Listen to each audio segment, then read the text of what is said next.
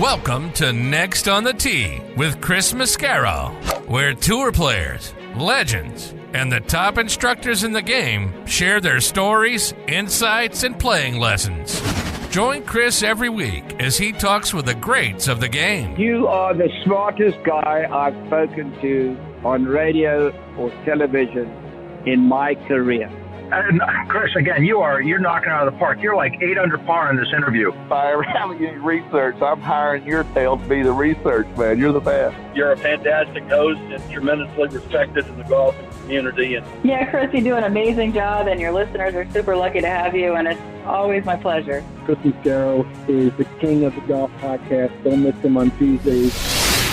Now, here's your host, Chris Mascari.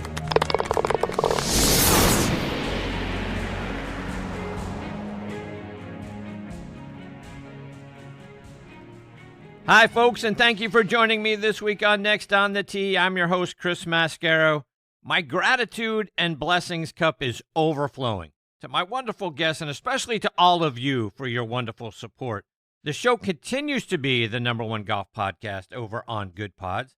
As you may have heard on the show a couple of weeks ago from Tom Patcher, or maybe you've seen it out on social media, the show won gold at this year's Davey Awards for sports podcast episodes. I can't thank the judges and the people over at the Davey Awards enough for recognizing this show. I couldn't be more thankful to you guys for listening and the wonderful support that you always show to the show.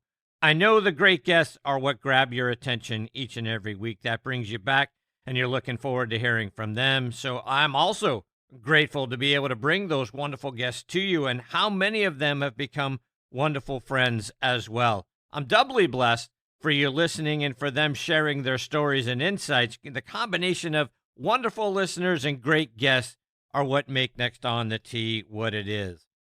For those of you that might be new to the show, maybe you're tuning in for the first time, this is what the show's about. Golf, an appreciation for the game and its history, and gratitude for great listeners and wonderful guests. And I'm honored that I get to bring them to you each and every week.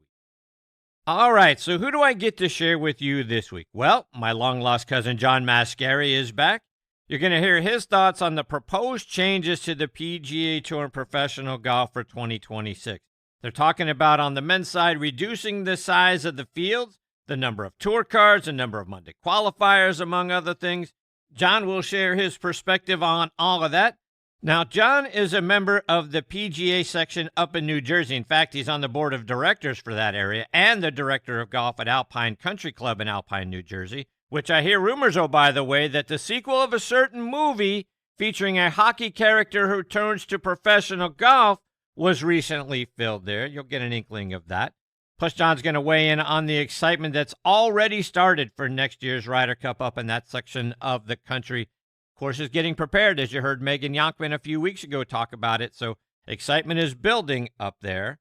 And John is also a big Yankees fan, and I, as a Red Sox fan, I took great delight in watching them lose the World Series, so I'm going to poke the bear on that as well. John will join me here in just a few minutes. Following him, 1984 Olympic gold medal figure skater Scott Hamilton will be back. Scott is truly one of the most wonderful people on the planet. He's overcome so much in his life and still reached the top of the mountain. We're going to talk about all those obstacles that he overcame, plus his amazing optimism and faith, and the Hall of Fame inductions that keep coming his way 20-plus years after he retired. Scott will join me here about a half an hour from now. Then in part 2 of this show, with the holiday season upon us, I wanted you to hear from some folks who have some unique gift ideas for the golfer in your life who has everything, and that golfer might just be you. So we'll start it out with the VP of Merchandising for Hard Goods over at the PGA Tour Superstore, Ben Helmrath. There has been an unbelievable growth in the in-home golf simulator market. They are partnering with a company called Full Swing to bring those to us. You're going to hear about that. The PGA Tour Superstore is also the official retailer of the new TGL League, the one that Tiger and Rory are about to launch in early January, so we'll get into that. Plus the great things that they are doing to give the gift of golf to our military heroes. I'm very excited that you're going to hear about all of that from Ben. He'll join me, like I say, to lead off part 2. And then we're going to round out this week's show with a return visit from half of the married couple who owns and operates the best sunglasses company on the planet, in my view, Popticals. Gary DeSalvo is back with me. And for the golf enthusiast who is out there looking for sunglasses that are going to help reduce glare and help us see the undulations in the greens better and help read those greens and make more putts, you're going to get to hear from Gary about what Popticles has that allows us to do a much better job of that. And oh, by the way, these glasses are lighter weight. They just are fantastic.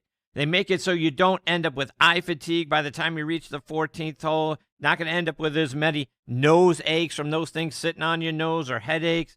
I love them, and I know you will too. While you're listening to the show, open up another tab on your browser if you're listening at home or at work, and go to popticals.com, Popticals.com, and you're going to see what I'm talking about. Gary is here to help you understand all the great things they've put into making these sunglasses the very best on the market. So a lot of great stuff in store for you again this week here on Next on the Tee. And as always, thank you so much for tuning in and taking the journey with me. Okay, before we get started, I want to give a shout out to our friends over at the Pittsburgh Tribune Review. TribLive.com is the leading news website for Western Pennsylvania with news around the clock. Pittsburgh pro sports coverage, a high school sports network, a podcast network, which you can find Next on the Tee on. So go out and bookmark TribLive.com or download the Trip Live app for free and stay up to date with all the news in Western Pennsylvania and this show. I also want to talk about our friends over at the Pittsburgh Brewing Company and Iron City Beer, a brand that I have loved my whole life and started drinking when I was 21 years old, of course. Whether you're a hacker or a scratcher, the secret to a successful day on the links is knowing when it's time to grab an iron, even if that means keeping it in the bag till the 19th hole. If it's been a while since you've reached for Pittsburgh staple beer, it's time to revisit Iron City. Thanks to their incredible new facility in Creighton, the best-tasting Iron City beer ever made is now available at a course near you. Iron City pairs well with any lie and sky and serves as a friendly reminder that there's always next round. Iron City beer, best enjoyed while enjoying life. And this fall, get ready to experience a game like never before at the Keep, the brand new Bill Bergen and Reese Jones co-designed course at Macklemore. Nestled high atop Lookout Mountain, the Keep offers breathtaking vistas that are made even more spectacular as the autumn colors paint the landscape in rich hues of red, orange, and gold. With its challenging layout and awe-inspiring views, every round here is an unforgettable adventure. Whether you're taking on the signature holes or just soaking in the scenery, the Keep is where your best golf meets nature's finest backdrop. So grab your clubs and join us at Macklemore this fall. The Keep is open for preview play, and it's waiting for you. All right, now back with me is one of the top PGA professionals in the country and a member of the board of directors in the New Jersey PGA Section, and that is John Mascari. John is also the director of golf at Alpine Country Club in Alpine, New Jersey. He is a member of Callaway's master staff, and he has been named a top 50 master teacher by U.S. Kids Golf. During the PGA and LPGA Tour seasons, he co-hosts the On the Tee show on ESPN Radio 98.7 up in New York, and it is great having him back with me again this week here on Next on the Tee. Hey, cuz, how are you? Doing great, man. How are you, Chris? I'm fantastic. Thank you, John. John, I want to start out our time by talking about the proposed changes for the PGA Tour for about a year from now for the 26th season. And on the table are a reduction in field size from 156 players in tournaments down to 144. And in some cases, like the Players' Championship, the field could go all the way down to 120. The number of tour cards handed out would go down from 125 to 100. The Korn Ferry Tour could see a reduction from 30 cards down to 20. Monday qualifying spots could get reduced from 4 down to 2. It feels like they're trying to squeeze out some of the tour players. I'm getting concerned about what I'm hearing about. I don't think it's in the best interest of the game, in my view. How do you feel about the proposal? Yeah, it was interesting to read those. And, they came out with the proposals for 2026 with the Players' Council. And I think if you took that list that you'd mentioned, Chris, and we kind of flipped it upside down and talked about those final comments first, I think that's really where I started to sit back and say, interesting. So we're talking about the feeders into the PGA Tour, right? The Korn Ferry guys who are now going to get maybe from 30 or 20 tour cards to 10. And the Monday qualifiers are going to go not away, but significantly change. So a tougher road for an aspiring professional to get on the tour? And we could talk about the sizes of the events, but I think a lot of that has to do with the pace of play and getting the rounds in from a darkness perspective, really. But when we're talking about not having as many players advance onto the tour, the a number of exemptions going down, the number of cards being given out from the Corn Ferry, from the DP World Tour. Now we're talking like, again, aspiring professionals having a really tough time getting to where they want to be. Now that might help some of the other tours. It might help the DP Tour, the Corn Ferry Tour with better players staying around, but it kind of doesn't rub me the right way from Jump Street saying, huh, we're making it smaller. We're making it tougher. Yeah, I take that a step further, John. I mean, I know the PGA of America, you and your peers, you're all about trying to grow the game. And we're not talking about the same level here, right? We're talking about PGA Tour at the pro level. But it does kind of all feed together to your point about feeder tours. I mean, you guys are working with players that are going from high school into college maybe into PGA Tour University, or guys going then out onto the Corn Ferry Tour. I mean, we're talking about clogging up the pipeline, if you will, at the elite level. This doesn't feel right to me either. It feels like we're trying to limit the game, and really what the bottom line feels like is we're trying to give more money to fewer players so that those tour players that make it into the top 100 or what have you, now they get a larger piece of the pie. So this all boils down to dollars. Well, look who's making the decisions, right? The guys that are on the tour now. So they want less competition, right? They want to keep their tour card. They want to stay on the tour. They want to keep making money. They want smaller fields, because I could probably tell you that even if the field is smaller, I can't see the purse getting that much smaller, right? So now we're going to have less players playing for the same amount of money, which means a few more shekels in everyone's bank account if they make the cut.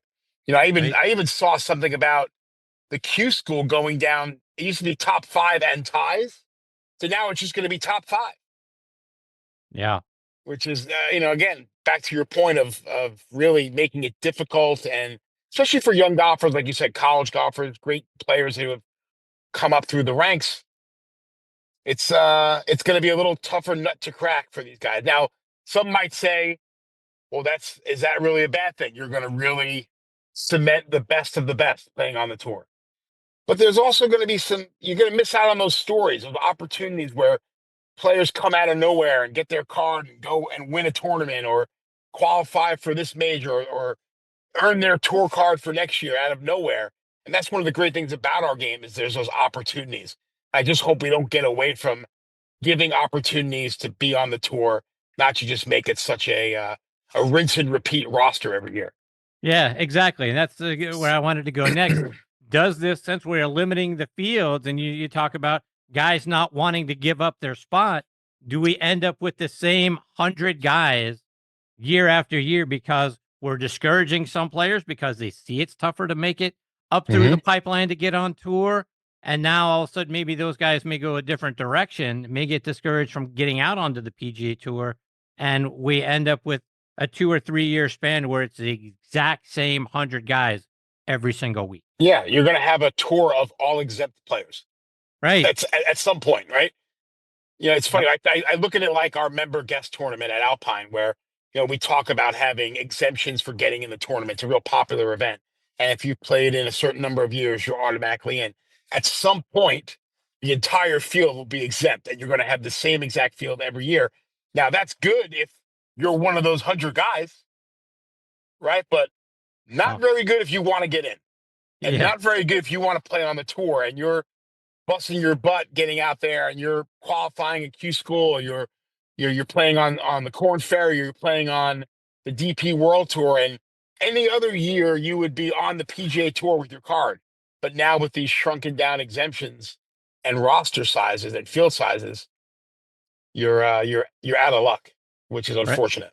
Yeah. And I hope to kind of what you alluded to a moment ago, that maybe there is another avenue to the DP World Tour, to the Corn Ferry Tour. Maybe there is something in the works with LIV where you've got kind of an international tour where you can put some players. I just hope there are other avenues that open up. I hope doors aren't just permanently closed, that there are other doors that open up for these guys to have an opportunity to make their way onto the PGA Tour. Right. Yeah. I would say it's very similar. Let's say like NCAA sports. If you're a Division I athlete, but maybe there's not enough roster spots, and you become a Division II athlete, and that only strengthens the Division II program. So you're getting better players. So I think everyone will find a home. It might not be as cut and dry as that. It might rub people the wrong way at first, especially if you're one of those people who would normally be getting your car, but now you're not. We'll see how it shakes out. I think everyone will find a home. And like I said, it might help some of these other tours. Switching gears a little bit, John. Bethpage is already gearing up for the Ryder Cup next year. It's up there in your backyard. I had Megan Yonkman on the show a few weeks ago. She's the director of instruction there at Bethpage. She said preparations for the course are already underway. How excited are you to have an event of this magnitude down the street? Oh, we've been circling this on the calendar for years. We knew that it was going to be at Bethpage. Being from New York and being in the metropolitan area, all of our sections, the Met section, the New Jersey PGA, we're excited to be involved. We obviously don't have as much involvement as the Met does because it is in their section, but we will have some hand into it. I can't wait. It's going to be crazy. It's going to be ruckus. It's going to be loud. Bethpage is just big. I mean, if you've been there, if you haven't, everything is big there. I always had that feeling, even as a kid playing there. You walk in and you're like, whoa, we got 5 courses, everything. It's just a big facility.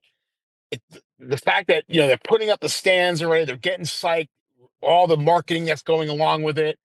The Ryder Cup's at Grand Central Station and Keegan's showing it off and everybody's hooting and hollering, walking by. It's going to be an awesome event, but we have to make sure that we just don't rest on that as a team, right? Keegan's got to figure out how to harness that energy of New York, harness the crowd. I mean, from being around sports, and especially at football, in New York, it's a great place to win. It stinks to lose. Yeah. They will let you know when you're not performing. So, if we don't perform as a team at Bethpage, the Boo Birds are going to be out, and you're going to hear about it. And I just hope we don't think that the European team is just going to roll over and die. They're going to come to fight, and we have to use that New York energy and that crowd and the golf course that's going to be set up real well for us. Being at home, let's get this Ryder Cup back. Have you played the black course? I've played it quite a few times. It's just, as I get older and older, it gets harder and harder, Chris. But it is always a treat to play there. If you can't get on the black, I always love the red as well. Just as good of a golf course, in my opinion. But anyone who is in that neck of the woods to play some golf, whether it's Long Island or Westchester or even in New Jersey, if you can get a chance to get out there and camp out and get an early tee time in the morning in the parking lot, it's just a whole fun experience. But it is big boy golf for sure. Yeah, so we're all familiar with the warning sign that they have posted there at the black course, telling everybody how extremely difficult it is. Talk about what does make it so challenging to play. In my opinion, it's the forced carries, right? The tee shots where you can't bunt it 155, 175 down the fairway. We got to carry the ball over fescue. There's undulations. The greens are really big, which means there's a lot of surface for hole locations. So we can put holes in some fun locations. You can have some really long putts if you're on the wrong side of it. But I think for the majority of players, and it goes back to my point about advancing at my age, not hitting it as far as I may have used to, but it's those tee shots are very intimidating. You mentioned one of the other courses, the red course. Talk about what makes that a nice substitute for those that want to go up there and play. And to your point, there are 5 courses there. What makes red maybe the second best place to go play? Well, I'm talking from a PGA member perspective. It's just as tough. It's hard. It's the kind of course, hey, we can't get on the black today, but the red is available. All right, that's a good 1B. You've got 1A and 1B. So it is still a challenging golf course. So maybe they should have a sign there too, but maybe not as harsh as the sign at the black course. Maybe something a little more tame, like, hey, you sure you want to play here? That's like that would be. But yeah, it's if you get stuck on the red, you won't be disappointed. That's for sure. Is Bethpage Black head and shoulders more difficult than playing some of the other great local courses that you have up there in the New York City area? I mean, my goodness, you have so much great golf in and around New York. Shinnecock Hills, National Golf Links of America, Fisher's Head, Wingfoot, Friar's Head. I could go on and on. I imagine those courses don't have warning signs out front of them. So is Bethpage Black head and shoulders more difficult than the rest? I don't know if I would say it's the hardest place. You know, we like you mentioned the courses on Eastern Long Island. We're truly in the breadbasket of American golf in the New York, New Jersey, Connecticut area. I mean, this is where a lot of the classics are. So we're spoiled by Wingfoot and Ridgewood, and you mentioned out on Eastern Long Island, Shinnecock and Sabonic and Garden City, and I could keep going on and on and on. The great courses in New Jersey, Hudson National, Alpine, Upper Montclair, all these Montclair. You get each course is different because we've had so many different architects in the area. They're all challenging in their own way. Who's got the really difficult greens? Who's got small greens? Who's tree lined and tight? Who's wide open like Ridgewood, but sideways? They all have their great challenges. So I guess it depends on what type of player you are, really. But you could have a totally different experience in every one of those golf courses we mentioned and suit anywhere from 75 to 95 for sure. So if we take Alpine out of the mix, do you have a favorite? Which one do you enjoy playing the most? Oh, wow. I knew you were going to ask me that. Gosh. I really love National Golf Links of America. It's not overly challenging, but I appreciate the history of the course, the simplicity of everything that is there, the windmills, the terrain, the aesthetics, the beauty. Of course, is manicured perfectly. If you ask me, John, you got to play a golf course other than Alpine for the rest of your life every day, I think it'd be National Golf Links. Switching gears just a little, John, shortly after the holidays, the new TGL League is set to kick off. Is that something you're interested in checking out? I am very interested in checking this out, actually, Chris. And I don't know if it's interest because I'm like, how is this going to work? Or like, oh, this will be pretty cool. But I've done more research than like first glancing, so I've dug into it a little more, and I'm kind of like, hey, this might have some teeth. This might have some sandpaper to it and stick around a little bit. So I love the idea that it's 3-on-3. It's indoors. You're hitting into this massive screen, right? It's supposed to be like 60 feet high and 60 feet wide. It's like a big movie screen. And they've got real turf, so you're hitting off a grass fairway or the rough, and they've got sand, so you're hitting out of the sand if you hit it into a bunker. And then if you get inside a certain yardage, you kind of turn around and they have this indoor green space, and the green is like on a turntable and it undulates and it changes all around to preview the shot that you would have had hit if we were really on the golf course. And the players are hitting real shots into the hole location. So, we're kind of taking the 50, 60-yard shot from every hole and putting it indoors, and then we're hitting into a screen off the tee. So we've got teams, right? You mentioned 3-player teams. Are you going to have an allegiance? Are you going to go with the New York team because of the area? Do you care about that? Or are you just looking to be entertained by watching what these guys can do with this video part of the game? When you're born and raised in New York, you have to like root for the New York teams. Like, they when I was baptized, they hold you over the pool and they baptize you, and then they give you either a Yankee hat or a Met hat or something. So, but for this, I'm just going to take it all in. It's not like it'd be a little different if the golfers from New York, the team, were New York guys or Northeast guys. That'd be really cool. Like to have, hey, these are the New Yorkers, or these are the guys from here.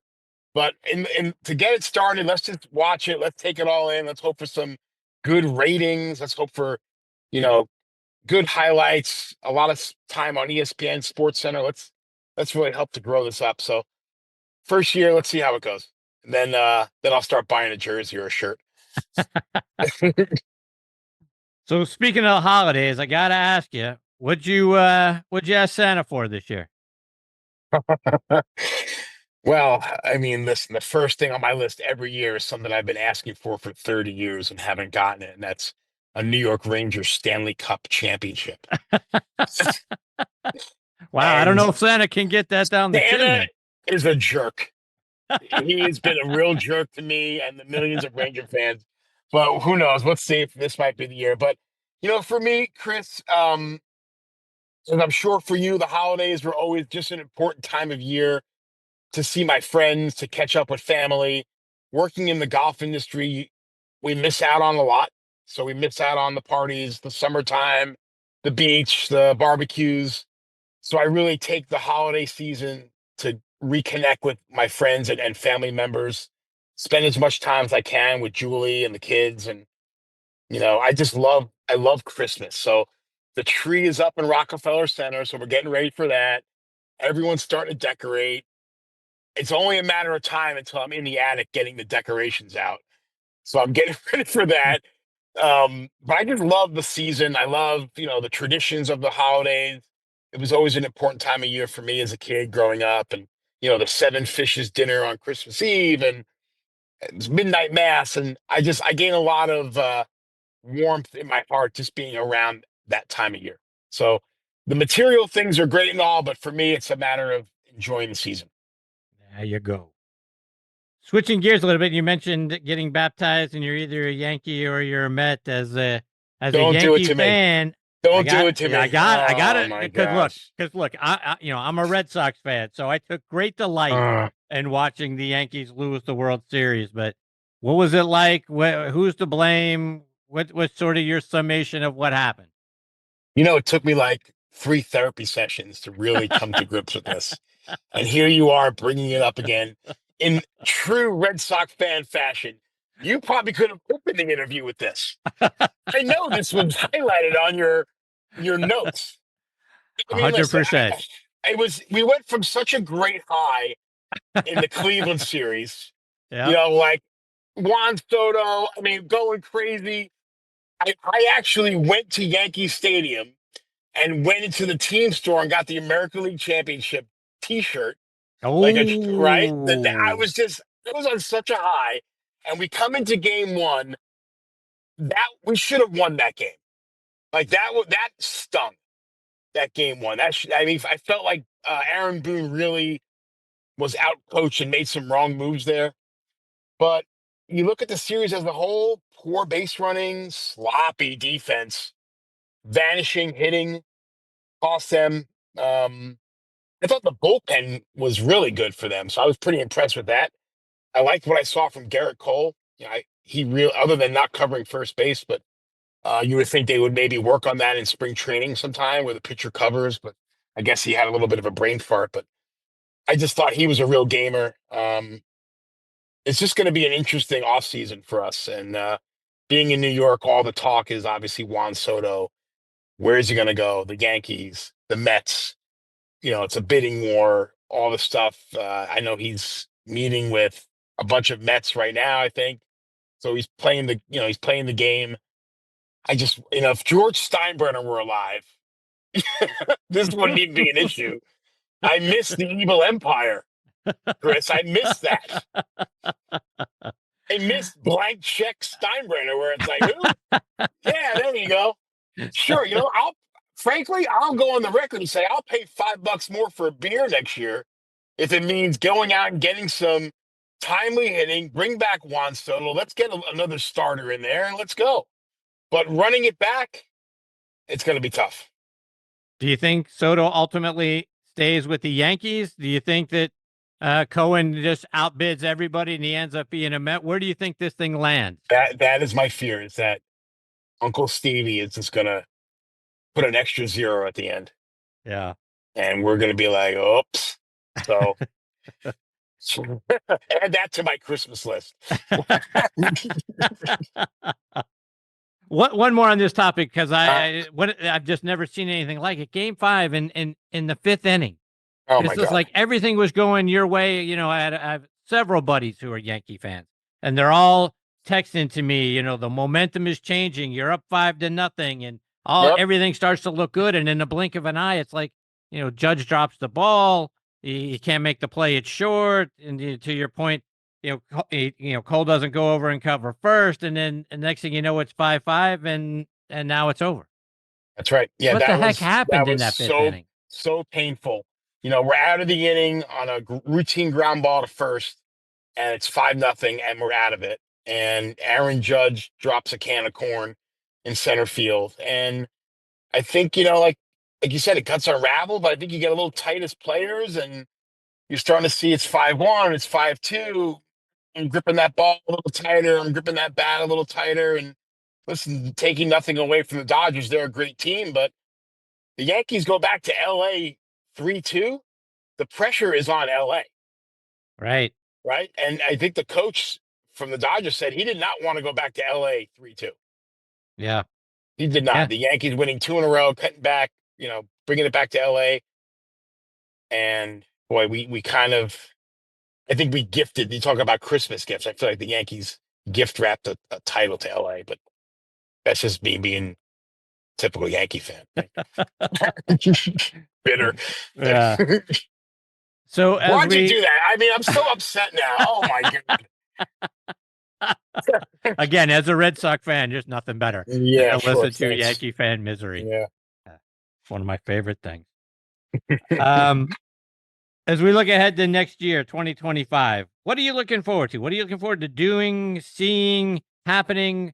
What are a couple of things that you're excited about as we project forward? I always look forward to the golf show in January. It's a great way to start off the season. I love going to Orlando, connecting with friends and new friends and old friends, and seeing the new buzz on the street with our industry, not only in equipment, but apparel and teaching and great tools. So that always gets me in a good frame of mind heading into the season. Heading into season number 8 at Alpine. I've got a fantastic staff, so I'm looking forward to having all of them back. We've already done the calendar, so we've been brainstorming already for next year for our membership, and we're psyched about that. Season 8 for On the Tee with Anita on ESPN. Looking forward to that.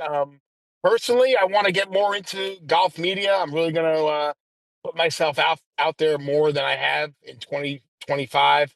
Take some risks, try to expand that part of my my career a little bit more, and who knows what this year will bring. That's the great thing about the springtime and a new year. Just fresh canvas, you know, wipe away all those bad memories like the World Series and this and that and the Knicks losing, but we'll start fresh, and that always gives me optimism. So I want to take something that you just mentioned a little bit further, talking about you in the media, because to me, you are one of the most fun and knowledgeable guys in our game. I think you're particularly great with a microphone in your hands. The ratings for the PGA Tour were down this year. I think you're a guy that could bring people back into wanting to watch golf on TV, either as an on-course commentator or maybe sitting at the broadcast desk, because as a PGA professional, you understand what it takes to win big events. You also understand the rules of the game, and you have the perfect personality for all of that as well. What do we need to do? How do we make this happen? I don't know. I've had some discussions with Grant. Thank you for that, by the way. That's truly very nice of you, and something that I really, in my heart of hearts, would love to do in my career. But I've had some meetings with the PGA Tour down in Florida. I've met with some folks from NBC Sports. We'll see. Listen, it's a tough nut to crack. So anyone who's in your listening, your viewership, or your within the sound of our voices, if there's something that you could help out with, or if I could talk to you, I'd love to get some more insight on some experiences and how I can get into that world. But I'm just gonna, like I said, get out of my comfort zone and start to put myself out there a little bit more, Chris. And let's hope it works out. But I'm not going to, it's not going to be for lack of trying. That's for sure. That's awesome. And I hope it does work out. Thanks, buddy. Couple more before I let you go. Real easy ones. We've talked about how you're the director of golf there at Alpine Country Club in Alpine, New Jersey. For those folks who are unfamiliar with the club, talk about all the great things you have there. Well, where do I start? Listen, I'm blessed. I come to an unbelievable golf course every morning. Driving up to our golf house where the pro shop is and where our range is, it's a beautiful trek through the first and second holes with an unbelievable Tillinghast golf course to look at every day. We're getting close to being 100 years old. So in 2028, we will celebrate our centennial. We're doing some major work on the golf course as we speak right now. I'm doing all the bunkers. So Ryan Ponwitz and our greens and grounds department are redoing our bunkers. We filmed a large movie at Alpine this year. Oh? And I don't know if I can really tell the name of the movie, but it's about a hockey player who turned into a golfer. And it's a comedy. So Boy, that sounds familiar. So we've had a lot of film crews at our club. So if you're not familiar with Alpine, you will be familiar with Alpine in the spring or summer of 2025 on Netflix for sure. And you'll probably see my mug a few times here and there. Oh, is that right? I don't want to be a spoiler, but I might be in the movie. That's awesome. Right. You see that guy's elbow? Yeah, that's John's elbow right there. But we were very lucky to have that. And it was a great opportunity and a great time for us and our members they were all extras in the movie. It was just a fun few weeks at Alpine with that. But take that aside, we have a great club. We have an unbelievable membership. They're so positive. They're so supportive. And, I have Jonathan Yarwood is my director of instruction, who you want to talk about being someone in the business who people look up to, and that's him. He is an unbelievable instructor. And I thought I knew the golf swing. I did not know the golf swing until I got a chance to work with Jonathan every day. And he has opened my eyes and the eyes of my staff up to a lot of different things. And it's just lucky to have him around, and our members love him, and we got a great staff. So 25 is going to be a fun year. We got a lot of cool stuff planned. Can't wait. John, before I let you go, remind our listeners, how can they stay up to date with all the great things you're out there doing, whether they're following you online or it's on social media? Yeah, social media, it's just John Mascari, PGA, Mascari. That's my Twitter feed. That's my Instagram as well. I've got a link to my YouTube channel. I'm doing I just did a video with the guys from Golficity. We did a 4-man scramble with CC Sabathia and myself and those two guys. So that'll be coming onto YouTube very soon. So check that out. It's going to be fun. As you know, we have a good time with those guys filming at Alpine. But yeah, if you want to drop me a message, hit me up on one of those platforms and check out my YouTube. Because it's always a lot of fun getting to spend time with you. I hope you'll come back soon and share more of your stories and insights with you. I just love every time you're a part of the show. I can't thank you enough for being here. Thank you. I love coming on. Like I said, you put a microphone in front of me and I can talk the wheels off a bus, I guess. But it's always fun to talk to you and talk about golf. And thank you for all you've done for our game and for me personally, Chris. It means a lot. I appreciate it. Absolutely. Happy Thanksgiving. Merry Christmas to you and your family. Looking forward to catching up with you again soon. Thanks, pal. Appreciate you. See you, John. That's my long-lost cousin, John Mascari. You can follow him, like he said, on Instagram and on X at John Mascari PGA. And I hope you can tell by this and the 6 other times that he has been a part of the show. He's so much fun, knows his stuff, great personality, and is a fantastic PGA professional. He understands the rules and what it takes to go out there and win big events. A lot of times we look at golf broadcasts as being stale. I love our friends Jim Gallagher Jr., Frank Nobilo, John Cook. You would throw John Mascari into that mix, and I'm telling you, the TV ratings are going to go through the roof. He's going to make any broadcast infinitely better and infinitely more fun, just like he does these segments every time he's a part of the show. I hope it gets the opportunity real soon. The tour definitely needs someone like John Mascari. We'll catch up with him hopefully early on in 2025. Coming up next is truly one of the most wonderful people on the planet, a guy who has become very important to me, who I enjoy and admire and respect very greatly, and that is 1984 men's Olympic gold medal figure skater Scott Hamilton. Before I bring Scott into the show, I was talking with Eddie Dry, VP of Domestic Sales for Strixon Cleveland Golf, at the PGA Merchandise Show earlier this year, and I said, Eddie, I like your CBX full-face wedges. How can they help an average player like me play better? Here's what he had to say. An average player I use one, and I'm in some lies that you can't even believe. And I need all the help I can get. And the face is bigger, and the grooves go all the way up and all the way out to the toe. So if you hit it on the toe, you miss it, bam, there's a groove. So I like that. So I carry a 58.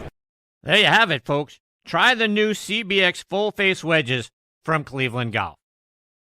I also want to give a shout-out to my friends over at On Point Golf and their great On Point ball marker. Get the #1 ball marker in the game of golf. On Point is the only three-dimensional ball marker out there, with alignment technology and a removable coin that is approved to use according to the rules of golf. As you know, putting is all about line and pace. Mark your ball with On Point, engage with your three-dimensional ball marker, and have more confidence in your line, execute the putt, and you're going to lower your scores. Do what the likes of Jim Furyk, PGA professionals, and amateurs alike are doing now. They use the #1 ball marker in golf and they lower their scores. You know Ken Duke and Thongchai JD. They won for the first time on the PGA Tour in 2023, and they were using an On Point ball marker. Get yours at onpointgolf.us and make more putts. And oh, by the way, you can also customize the removable coin for any club, event, or corporate outing. They make really great tee gifts and custom products. That's also going to help lower your score. I use On Point ball markers. Mine is black and gold, 3D black golf ball with a gold line down the middle to help me line up my putts. It's like having a 15th club in my bag. It's helped my game. Why wouldn't you let it help yours? Again, onpointgolf.us. See what I'm talking about. Order yours today. All right, now back in next on the tee with me is Olympic gold medal figure skater Scott Hamilton. Let me remind you a little bit about Scott's background. He was born in Toledo, Ohio, and grew up in Bowling Green. He attended Bowling Green State University. In 1980, Scott finished third in the U.S. Figure Skating Championship, which earned him a spot on the U.S. Olympic team. And that year, he finished fifth at the Olympic Games in Lake Placid. The following year, he won the World Figure Skating Championship, and he would never lose another amateur event. Scott won 4 consecutive U.S. championships from 1981 to 84, 4 consecutive world championships over that same time frame, and the gold medal at the 1984 Olympics. Turned pro in April of 84 and toured with the Ice Capades for 2 years. Created his own company, Scott Hamilton's American Tour, which later became Stars on Ice. He would go on to perform there for 15 years before retiring in 2001. In 1990, Scott was inducted into the U.S. Olympic Hall of Fame. He's been an outstanding commentator for CBS, NBC, and Fox for many years. In 96, he received 2 major awards, the first being the Babe Diedrich Zaharias Award for overcoming adversity from the United States Sports Academy.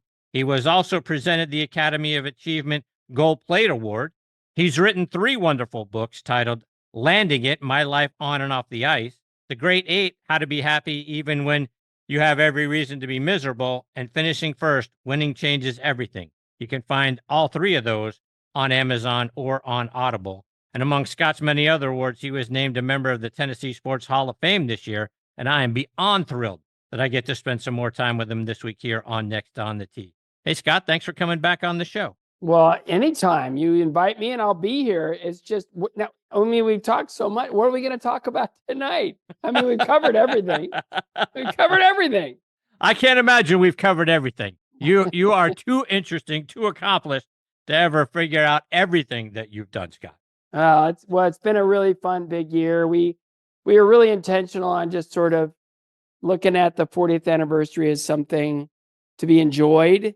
And so it's been truly remarkable. I mean, everything from, a reunion of the podium back in February to announcing a clinical trial for the cancer that killed my mom to, a Tennessee Sports Hall of Fame. And then I'm going out to the Tradition in Boston next week, where it's the Boston Sports Hall of Fame. So I get to hang out with Rob Gronkowski and Brad Park and Tony Francona, and it's so fun. My son's going with me, so it's going to be a blast. So it just is a year that just kind of keeps on giving, and lots of really fun recognition this year. And I'm just so humbled and honored and still in shock that any of that matters to anybody else but me. It matters to a lot of people. And, one of the great things that the Hall of Fames just keep coming your way. I saw a tweet last week from the United States Athletic Hall of Fame where you're nominated for induction this year, along with a fantastic list of other great athletes. What does it mean to you, though, to continue to be recognized for the great things that you achieved over the course of your career 20 plus years later after you retired? It just feels like I fooled a lot of people. I don't know. I mean, I wake up with me every day and it's kind of like, meh, it just doesn't make any sense. But what's fun is, it's just, I never quit, even when I was coming in last and, bombing competitions and failing figure tests and all those types of things. And, I knew I loved the sport more than I loved the results, attached to them. And, when I think of first steps, to Olympic gold was 16 years. And then I toured for almost 20, so it's kind of like, wow. I mean, I've been, the Lord's been so good to me. I'm just in awe of all the things that I've gotten to experience and the friendships I've made along the way and the people that I've gotten to interact with. And even now, just with the skating academy, with the Nashville Predators, it's just really fun to get out on the ice and share my love of skating with people that are just trying to figure out how to put one foot in front of the other. And it's just a really great season. My oldest son, Jean-Paul, is in the Air Force. My daughter's in college. My oldest birth son is training for the UFC. And then my youngest son is, he's in ministry and he's in media and he's a bit of an entrepreneur at 16 years old. So I don't know where that came from, but it's just sort of like when your kids are okay, you're okay, and it's just been, looking at life for, just sort of all those accomplishments, that still don't make any sense to me to, what really matters. And that is, my family and my faith, that sort of rises above everything else. So I'm just grateful. I mean, I had a birthday this year that my dad didn't get to have. And I'm just grateful. I'm in a huge season of gratitude right now. So it's just really fun. So, Scott, I want to take some of the things that you just mentioned, because I know you have a deep faith in God coupled with a wonderful positive attitude that's on display right here. And you display they go it every hand day. in hand, they just tend to go hand in hand.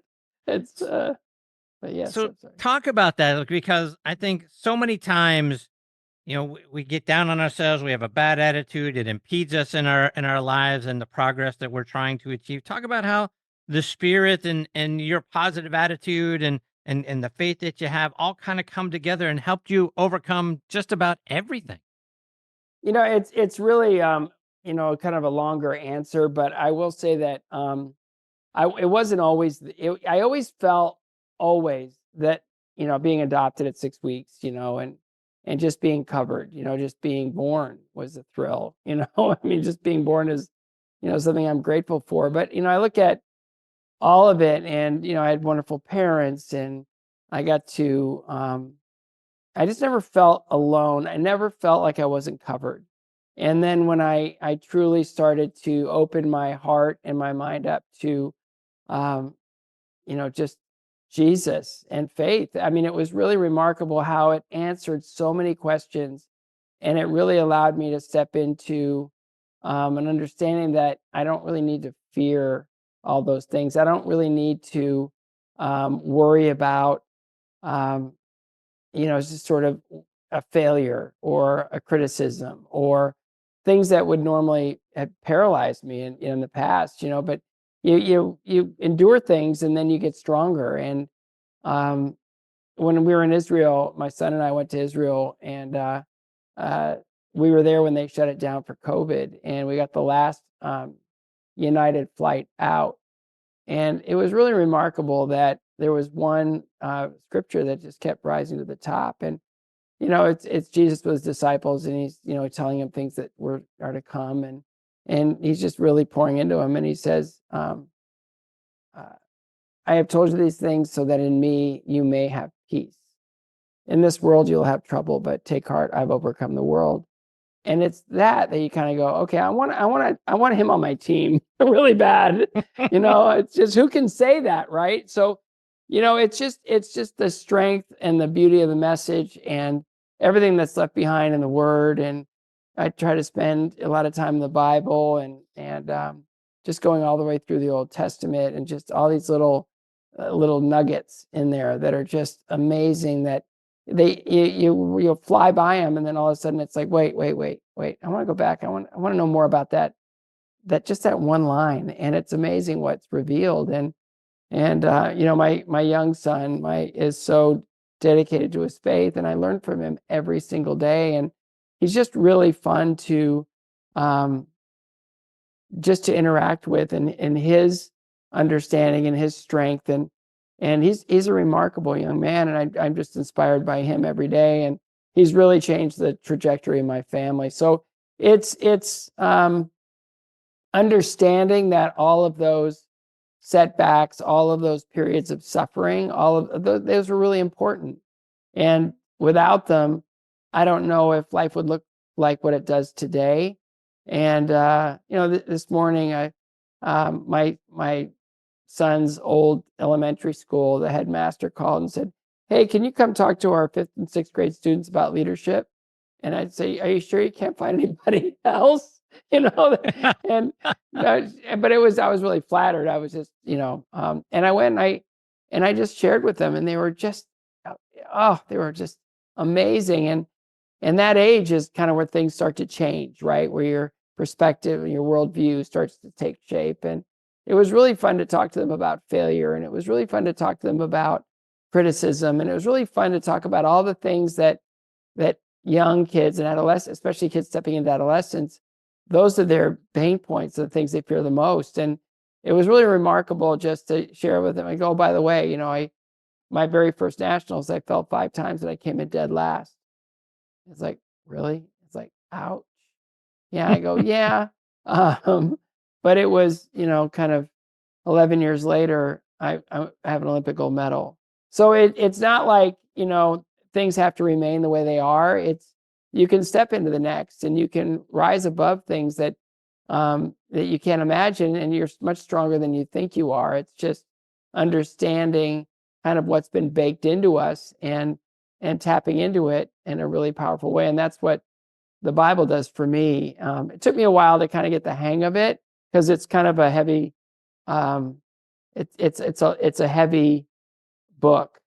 Jesus says his yoke is light, but to understand the whole scope of how the Lord has interacted with man since the beginning is really amazing, and it's just powerful and glorious. And it's a lot of people like to refute things, and that's fine. And but for me, it really gives me incredible confidence and peace that it is what it says it is, and He is who He says He is, and we are all just here waiting to hear the words, "Good and faithful servant."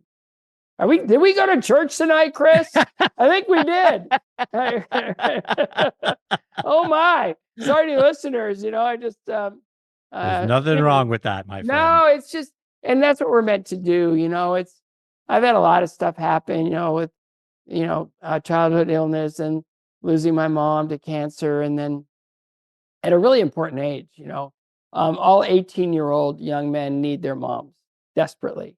And I didn't have her. And then, I go through a lot of losing and a lot of failure. And then, her death woke me up, and I decided to put my big boy pants on and just get to work. And then I was the Ice Capades, and then the new owner didn't want men, so they let me go. And I never missed a show. I never missed a press call. So there are a lot of things that, setbacks that are kind of common things in our world, and just sharing them, because a lot of people would think that, my journey was really very simple and very straightforward, without any more like a merry-go-round than a roller coaster, but it truly was, the highs were really high and the lows were really low. And And I think that's just the human experience, and allowing people to step into that and just know that, we're in this for however long we're in this. It's like in my office, I have this hourglass,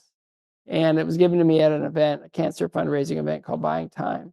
And I looked at that, and and that's really all we want is more sand. Just more sand. Just give me more sand. I'll be good. And hopefully I can rise above my, things that, separated me from, the Lord, and things that, maybe I'm ashamed of now or whatever. But, we all, we grow through things, and a lot of things I'd love to take back, but I can't. So I just understand that grace and mercy are the greatest gifts that we can be given. Scott, for our listeners who don't know all the challenges that you overcame, you talked about being adopted at a young age. You've talked about some of the things that you dealt with as a child, but people that I don't know really understand the full breadth of the things that you overcame and how you did it. Can you kind of retell that just a little bit? Well, I don't want to have a pity party on your show, Chris. I mean, it's like, no, it's but if anybody can tap into it, great, but it's again, being the smallest, shortest, weakest, least athletic, kind of sickest, I talk about my S years, I'm just in grade school, and I'm sick as sick can be. I'm not growing, I'm not developing. And then we went to hospitals year after year after year, and I spent a lot of nights in hospital beds waiting for the next, invasive test. And back then it was, kind of early mid 60s, and the science is much different now than it was. They didn't have scanning, they didn't have anything. They were really just trying to figure out what was causing me not to grow and develop. And so they finally gave up after 4 years and sent me home to kind of figure it out.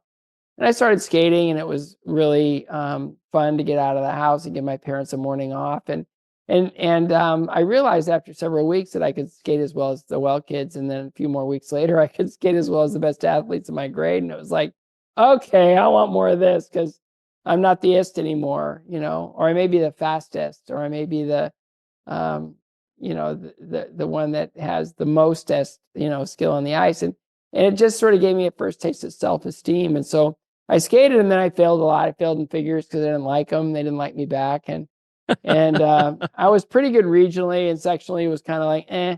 And then nationally, I was a disaster. I wouldn't make it to the nationals, and I'd find a way to come out really either at the bottom or right next to the bottom. And so that was kind of my identity. I was last place guy. I just felt like, I wasn't worthy of anything. And then my mom came home with a cancer diagnosis in a really cheerful way. She goes, "Hey, everybody, I got some news to share." And it was just like, why is she so happy? And then it turned out that, she really didn't want us to be scared. And so she just shared with us that she had cancer, and she's going to have some medicine that may not make her feel good, and maybe some surgeries. And then she looked at me and she said, "We've got we're going to try to figure out a way to get you through one more year of skating." And that was my senior year in high school.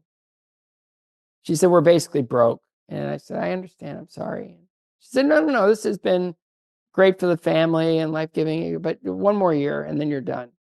And so I went back. I was training in Illinois 6 months a year. I went back, and my coach had retired, and a new coach came in, and he scared me to death. So I just submitted to him. I said, "I'll do whatever you tell me to do. I just don't yell at me, and don't, he was just a whip cracking, very, very, very disciplinarian kind of coach." And so I just submitted, and because of that, I was in better shape going into that nationals. And my mom arrived she just had surgery to remove her left breast, and lost her hair to chemo, and she was just euphoric. And so I went out, and I found a way to win junior nationals that year. And then I was given a sponsor.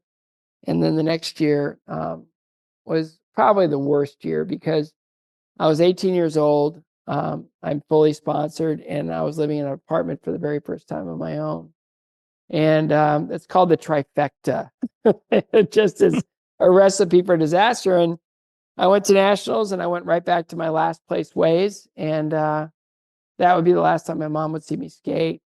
So then I grew up, and And then I started pouring more into, I was more accountable.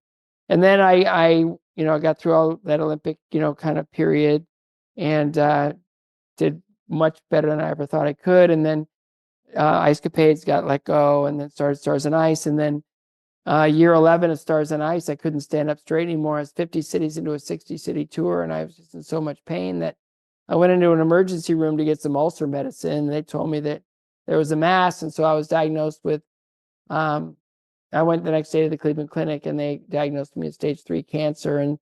And so I had chemotherapy and a big, 38 staple surgery. And then I had to get back to life, and I just wanted it to look different, so I kind of stepped away from the life I was living. It was really hard and weird, but I knew I was given another chance. And that's where I really started to understand that I was not cursed with cancer or anything. It was kind of an odd blessing. It was one of those things that just rerouted my whole way of thinking. And my mom didn't survive, and I did, and why? And it was research. And so I decided to give back to the cancer community. So I started an organization called CARES. It stands for the Cancer Alliance for Research, Education, and Survivorship. And we just raise money for the next treatment option. We don't fund chemotherapy research. We only fund targeted therapies, immunotherapies, because we want to treat the cancer and spare the patient harm.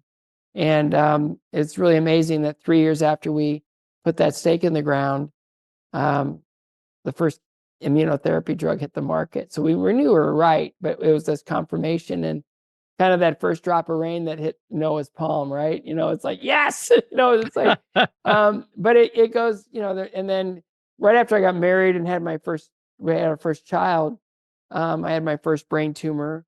And that's where my wife was given a piece of paper with information about the brain tumor. And it said craniopharyngiomas are brain tumors that are detected early in a child's life due to their lack of growth and development. So it was kind of a big, what? Wait a minute. I was born with a brain tumor, and that stopped me from growing. And all those years that I skated, it didn't do its mischief. That's miraculous. And so I had radiation, and then 6 years later it came back, and I had a surgery that turned into 9 surgeries. And then that was a really rough one. And then lost my right eye. I woke up one morning and I was blind in my right eye, and they got most of it back, some of it back. And then 6 years later, a pattern has emerged. 2004 brain tumor, 2010 brain tumor, 2016 brain tumor. And the 2016 one, they caught it on a routine scan, and they said it's growing. And I said, well, okay. And they started giving me the options, and all I felt in my spirit was get strong. And so they gave me a surgical option. I wasn't really enthusiastic about that one. And then they gave me a medical option to shrink the tumor. It wouldn't take it away; it would just shrink it. And they said, "What do you want to do?" And everything in my being said, "Just get strong. Just get strong. Just get strong." So I said, "I think I'm going to go home and get strong." And they said, "What does that look like?" I said, "I have absolutely no idea. I just know that I'm supposed to get strong." And so I went home, and I didn't know if I was supposed to get strong physically or emotionally or intellectually or spiritually. So I just chose all the above. And the next scan showed no growth. The next scan after that showed a 45% shrinkage. The next one after that was 25% shrinking. And so I said, okay, I'm onto something here. And so for the last 8 years, I haven't had to intervene. And it's been really remarkable just to see what's happened. Over those, and you add on the 16 before that with the surgery, and I haven't had to do anything for this brain tumor, since 2010. And so I'm just living every day like I'm playing with house money, and I'm enjoying my life, and I'm busy, and I'm trying to cure cancer and trying to rally the troops to do that, because I know there's no way I can do it on my own. And it's really remarkable. Again, that day that the three of us got together on the 40th anniversary of my Olympic gold medal with Brian Orser and Joe Sabovchik. Brian was silver, Joe was bronze. And I was able to announce that immunotherapy study that we we funded for my mom was going into clinical trial that month. Wow. And it was like, wow. So it matters. Showing up matters. Compassion matters. Pouring into the next generation matters. And really just trying to be a good citizen and to really try to create something that allows people to come on board who maybe have suffered the same losses or same victories I have, but that really want to make a difference. And so, the Cancer Alliance for Research, Education, and Survivorship is truly here to make a difference. And I'm a volunteer. I've always been a volunteer. I'll never accept a penny for what I do in cancer ever. So I'm a good investment. It's like, it's going to the mission. I will never take a penny. And it's funny because I joke with my my board and staff that as a volunteer, there's two cool things about being a volunteer. One, I don't take any resources away from the mission. And two, I can't get fired. So I'm in it to win it. And it's been remarkable that we're taking on really difficult cancers, and we're learning a lot, and we're empowering scientists to create something that never existed before, and hopefully will change the way people are treated for cancer forever, and in that people can live their full lives and have a full amount of sand in their hourglass. And Scott, you've got an event coming up here in a couple of weeks, the 8th annual Scott Hamilton and Friends Nashville Ice Show, coming up on November 24th at Bridgestone Arena. Talk about that event. Yeah, I did 18 in Cleveland that were single artist shows, and those were really fun. We did 3 in Knoxville that were faith-based shows. Mercy Me, Amy Grant, and the third one was Michael W. Smith. And then we came to Nashville, and we're like, we're in Music City, baby. Let's light this candle. And so we started bringing. I partnered with Sheryl Crow for the first 3 years, and then she hosted the 4th year.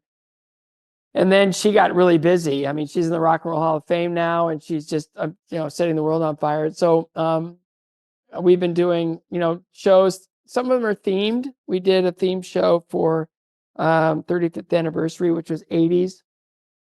And then we did a show to honor Michael Busby, who is a really prolific music executive, writer, producer, amazing guy. He had glioblastoma, and he only lived 9 weeks and 1 day with it. And so we dedicated the show to him, and all of his artists, not all of them, but most of his artists showed up to pay tribute to him, and it was amazing. And then we've done 90s country, which was last year, and that was really fun to celebrate a decade that changed country music forever. And this year we're doing a holiday spectacular. We're doing Christmas music with, CeCe Winans, who's, talk about a voice of an angel, and Stephen Curtis Chapman, who's the newest member of the Grand Ole Opry, and Jason Durlaka, who's the newest member of Journey, and we've got Charles Heston, actor, comedian, singer.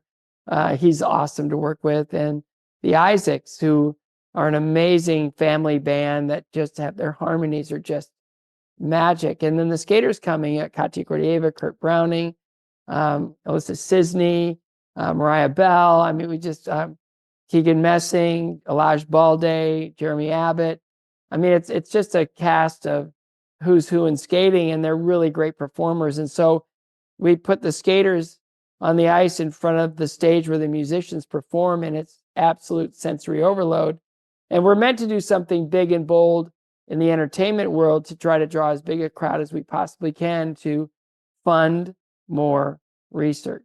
So it's a great night. We do a celebration dinner afterwards. And it's, I think this year we're expecting 750 people there. And if people want to come and join us, scottcares.org, you can navigate tickets there.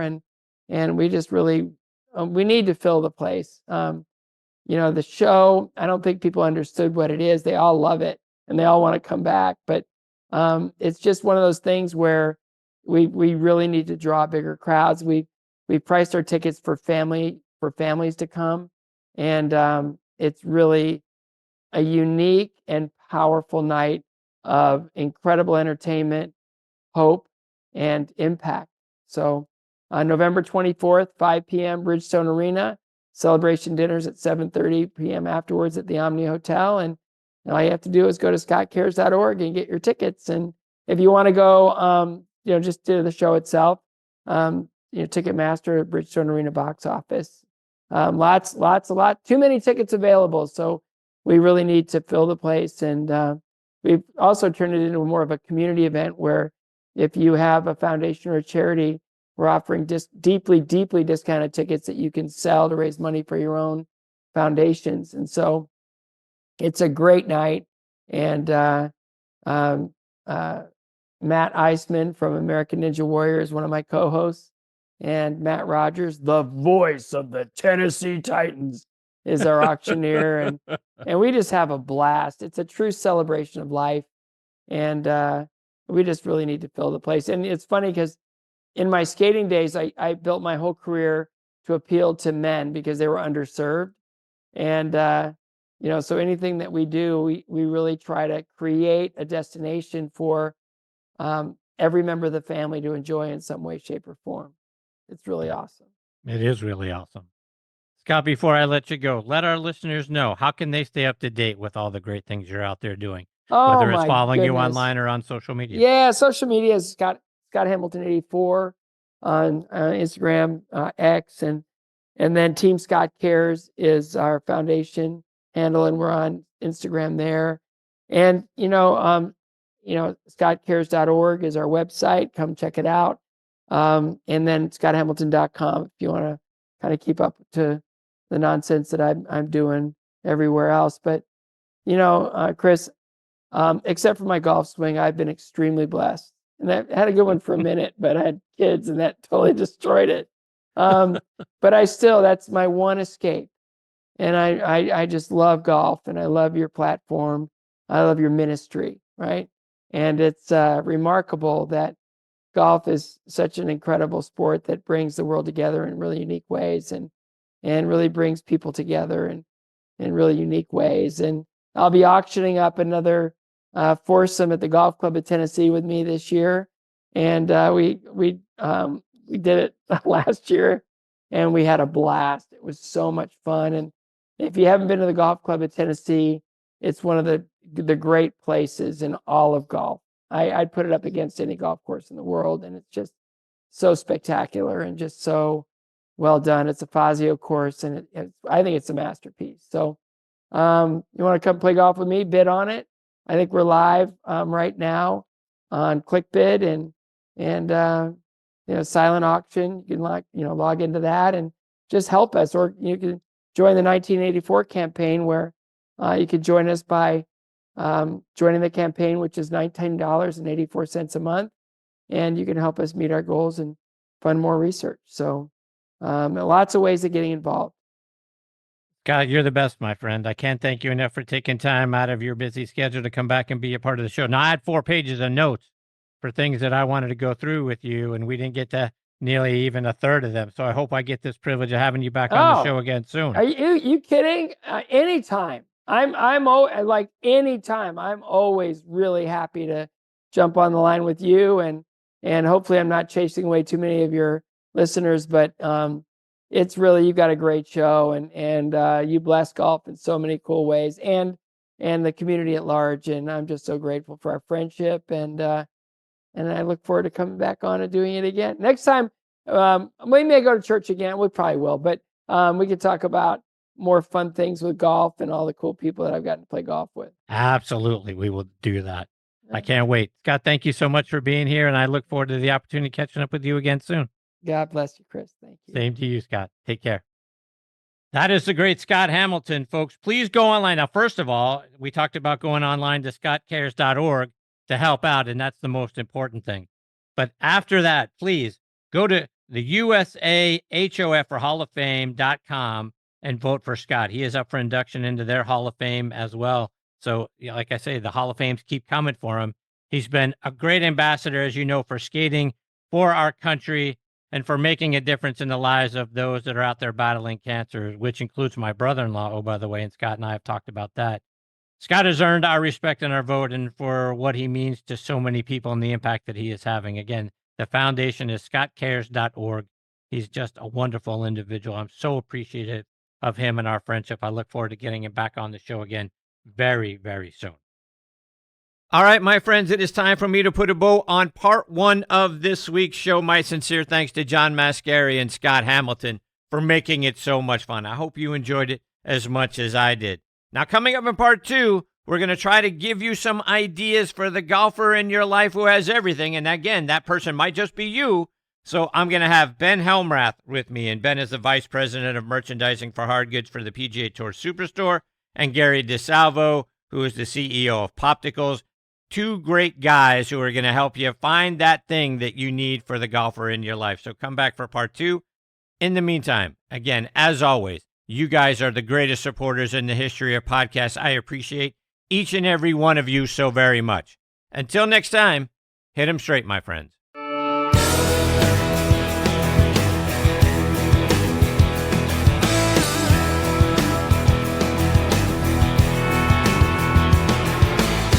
Coming down the mountain, I take a breath of sin. Can't tell the day or time, but I know this day will end. On a mission I can't